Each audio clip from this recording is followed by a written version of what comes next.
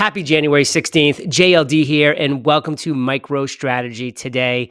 In this show, we're going to be talking about MicroStrategy's actual debt situation. 3 things that we're expecting to happen on day 1 or soon after that will be huge for Bitcoin and MicroStrategy. Also, I give you some insights on Benchmark's meeting with Michael Saylor. Some amazing things came out of that. Plus, I have this video clip that you have to watch. It's unbelievable, of Michael Saylor talking about how he discovered the power of volatility within MicroStrategy and why it was so valuable. So if anybody's been wondering about volatility, you have to watch this clip. Now, you might notice that I'm in different surroundings here. I'm actually speaking at an event here in Orlando, Florida. So for the next few days, I'll be having this set up, but I'll be delivering the same great content to you every single day. But remember, these videos are just my opinions. It's not financial advice. Make sure to comment below where you're watching from. We love those comments. We respond to those comments. We are tracking those comments. So thank you for that. And let's dive in.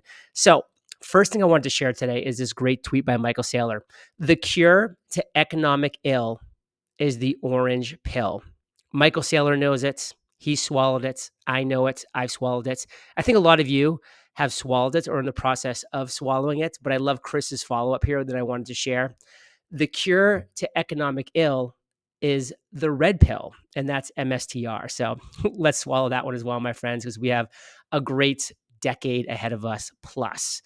I love this just because for me, this is such a good visual representation about what Michael Saylor was trying to get to when he was talking during the Q3 earnings report about the place that MicroStrategy is sitting in the Bitcoin universe. You have Standard Oil, which was taking crude oil, refined it, and it made generational wealth for untold number of people. And then you have MicroStrategy, which is taking Bitcoin and refining it, just like Standard Oil took crude oil and refined it, and is making generational wealth for those of us who have caught on to this trend early enough. So congratulations, my friends. This is a great post from the Bitcoin therapist. The orange line is the last time Trump took office. So this right here. The red line is where Bitcoin is currently at. It's about to get a little crazy. Volatility, by the way, these are massive dips right here. Dip. So let's make sure that we're in this together and we don't get flushed out too early. We're not trying to sell at the top, and maybe we're not trying to sell at all because who knows, but let's ride this wave together. Matt says, if you have a mortgage, there's a good chance you have a higher debt to equity ratio than MSTR, but everyone is calling for MSTR's bankruptcy, not yours. And this is the thing I wanted to talk about with the truth about MSTR's actual debt. It is microscopic. It is right now sitting at 17%, give or take a couple percent. It's nothing. It's absolutely nothing with what it has on the balance sheet. Almost everybody's mortgage has a much higher percentage of higher debt to equity ratio than MSTR. Something to think about. And hopefully, if you're like me and understand this, take comfort in. I'm going to go ahead and post this if you want to actually look into this chart right here. You're going to see the tweets right below in the show notes. Let's move on to Senator Lummis saying, things are about to get crazy. This is a U.S. senator who is looking to pass the strategic Bitcoin reserve bill. She has a plan. She's taking action. And guess what? She has a lot of support. And she's claiming and believing, as I do, that things are about to get crazy. Wanted to share this post from Matt as well. This is still the most bullish photo of 2025. Day 1 expectations. SOB 121 repealed, no longer has to go through Congress again. 2, digital asset framework, whatever for this one, but Trump is throwing a bone to the crypto bros. And 3, SBR established, 200,000 Bitcoin sent to the Treasury. The runway will be clear for Senator Lummis to bill to get passed and sent to POTUS's desk. Wow. Things are going to be happening, and it's just days away. We are on the precipice of massive action being taken. And by the way, understand that this might be a sell the news event. This is unbelievably bullish long-term, so don't expect there's going to be this massive run-up. There might be a sell the news event where there's a little bit of a dump as well, because a lot of people know that this is coming. This isn't a secret news, but I will say I've been hearing a lot of rumblings. I don't know exactly what, but all the contacts that I have are saying something huge is coming. from MicroStrategy. A massive announcement is coming. As soon as I hear what this announcement is, I'm going to, of course, share it with you. The rumblings are there, though. Something big is coming. So strap in, my friends. I wanted to share this as well from James. He said, Benchmark hosted an investor meeting with Saylor. Some points from the notes. Saylor likes preferred stock as it makes MSTR capital structure less fragile by mitigating liquidity risk due to the extended duration of perpetual preferreds compared to a typical CB, the tenor of 4 to 8 years. Sees the bond market as dead money and broken, which makes perpetual preferred stock an interesting vehicle through the dividend payments mid-single digits. MSTR perpetual preferred stock provides investors with a unique proposition. Benchmark maintains its buy rating at $650. That is almost double where the price is now. This is what Benchmark is saying the true value of MSTR is right now. So this is very exciting stuff. Obviously it's a lot of jargon. It's a lot of corporate and financial speak, but essentially what Michael Saylor is saying here is we have created yet another instrument to improve MicroStrategy as a business, to improve Bitcoin as a refinery of Bitcoin that we are to the world. We're continuing to innovate. We're continuing to move forward. We now have ATMs, convertible bonds, preferred stock, and they're still working. They are still cooking, my friends, and let Michael Saylor and team cook. Now, this next video clip, it's a little long, but I'm going to tell you, it is 9 minutes of gold. Michael Saylor describes how he first understood the power of the volatility within MicroStrategy stock. So, Michael, take it away. Get to 2024, and then we discovered the value of volatility. I mean, really understand it. Because in January of 2024, Bitcoin isn't an asset class, and the second week, the SEC approves those ETFs. And then you start having the snide comments like, well, now we don't need MicroStrategy anymore. They're like just a proxy. They're like a clumsy ETF substitute. We'll just put our money into the ETFs. But what happened at the same time was the halving was coming, and all of the investors, the vol traders, went through a secular rotation, and they started selling the Bitcoin mining stocks and looking for something else to trade. So if you track the liquidity in the options market and in the equity market, there was a major shift in Q1 and early Q2 where a lot of the volatility in the options traders and equity traders, they basically hopped off a dozen Bitcoin mining companies onto MicroStrategy because the Bitcoin miners were going to the halving where their revenues get cut in half. So when that happened, our options interest exploded and we became the number one options market. When the SEC approved the ETFs, they didn't approve options. Okay, so today our options market is like $95 billion. Our options market is the same size as our market cap. And then we discovered that the real strategic opportunity we had was we can construct a balance sheet of permanent capital with leverage. And when you take Bitcoin and make it 100% of your stock, you're going to trade probably if Bitcoin is trading with a 60 vol, you're going to trade with a 75 vol just because of the uncertainty of what the management team is going to do. Like I have the option to sell equity or not sell equity, or we might do something or not do something. I have the option to do debt or not do debt. That option is going to move you from 60 vol to 70 or 80 vol. Then if you actually execute the option by selling equity at a premium or by issuing convertible bonds, you move to 90 or 100 vol. So all of a sudden, we had an equity trading with 100. I think today it's like 120 vol, basically double Bitcoin equity. And now here's the big idea, right? The S&P is 15 ARR, 15 vol. Bitcoin is 60 ARR, 60 vol. It has been that way for 4 years.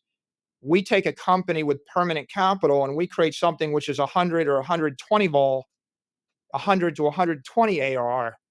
Okay, now that attracts all the options traders, all the arbitrageurs, all the Bitcoin maximalists. It becomes hot money. The call rate, if you hold a dollar bill for 30 days, you're getting SOFR at 30, you're getting 480 basis points or something like that. If you hold $1 million worth of the S&P index for 30 days, you can get like 15% interest by selling the 30-day calls at the market.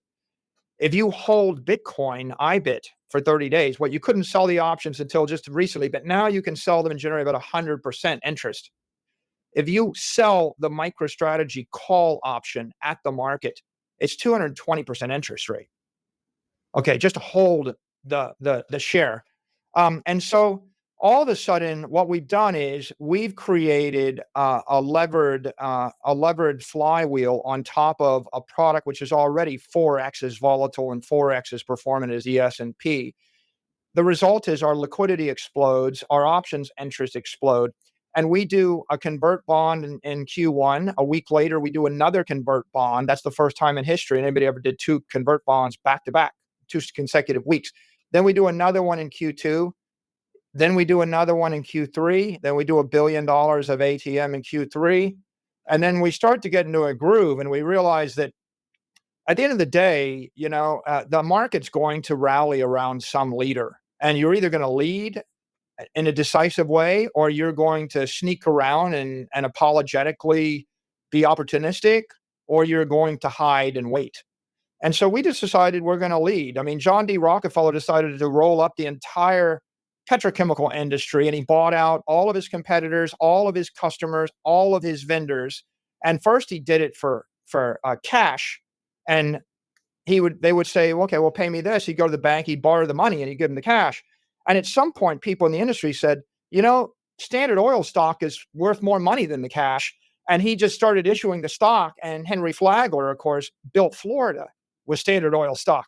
And so there's this point in the market where the market decides it trusts you and it wants to rally behind you.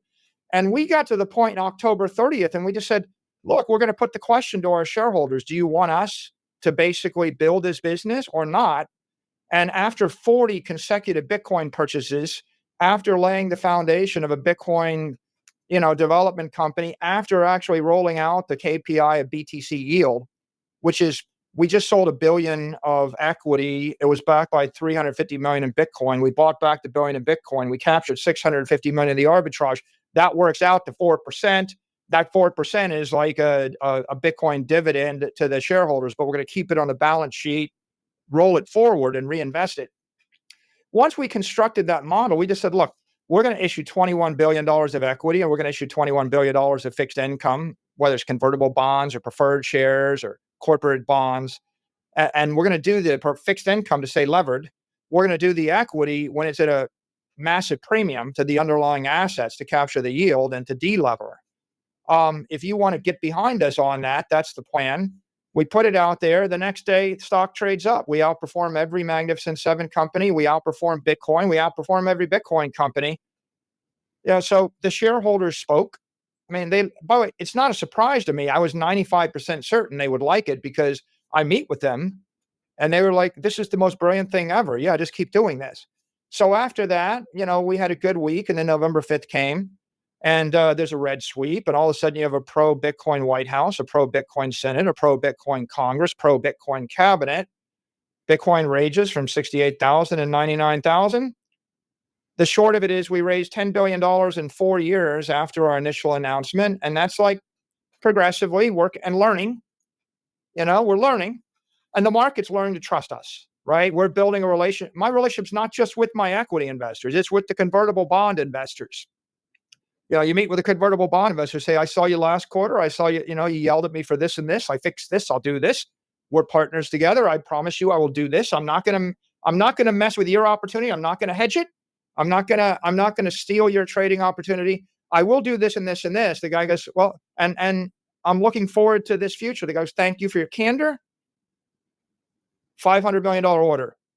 50. Like, if you have trust and people understand you, they'll give you your money. So what happened next is we raised $13.5 billion in 4 weeks. And if you look at my tweet, my tweet this morning is basically, we generated about a $9 billion plus gain for our shareholders in those 4 weeks. We're making hundreds of millions of dollars a day. It's tricky for conventional investors to understand it because you're not capturing shareholder value creation via GAAP accounting because for 2 reasons. One, Bitcoin's indefinite intangible, but 2, in the history of 50 years of the capital markets, everybody's been on the US dollar standard, which is zero vol, zero ARR against the dollar. And this is the Bitcoin standard, 60 vol, 60 ARR against the dollar. We don't have the math, the accounting to keep up with that in the traditional system. And that's why we have to put forward things like a BTC yield, a BTC spread, a BTC gain. And those that understand BTC, they get it and they're long and they love it. And those that don't understand BTC or don't understand this or just aren't really interested in putting in the work, they just think it's sham crazy and they're just going to short it or they're just going to whatever. So that's where we are today, is from desperation to opportunistic to strategic to identity. At this point, we're a Bitcoin treasury company. I'm on a mission. My mission is I'd like to see the entire world recapitalize on Bitcoin. Every company, every family, every individual, every government. I think it's an economic protocol for prosperity. I think it's as important as English or fire or electricity or steel. I just think it's good technology. It's a good idea. We're reaching the fun stage. The next 4 years, I think, are kind of fun. We get to do a lot of interesting things to help people. And there you have it, my friends. Another episode of MicroStrategy Today, coming at you live from Orlando, Florida. Speaking at an event called PodFest. It's a podcasting event. I've been in the podcasting space for about 13 years now with my other show, Entrepreneurs on Fire, which is also a daily show where I interview the world's most inspiring and successful entrepreneurs 7 days a week. So if you haven't already, check out that show if that is of interest to you. Entrepreneurs on Fire. Here's my receipt from my daily purchase of MSTR, $210. That got me 0.588 shares of MSTR at a price of $357. Much like MicroStrategy and Michael Saylor, I'll be buying the top forever. I will be buying the top forever with this DCA strategy. I'm happy with it. Every Saturday, I'll give you a full update of my DCA tracker, and it's a good thing to see. As always, remember, there is no second best. What's the second best? There is no second best.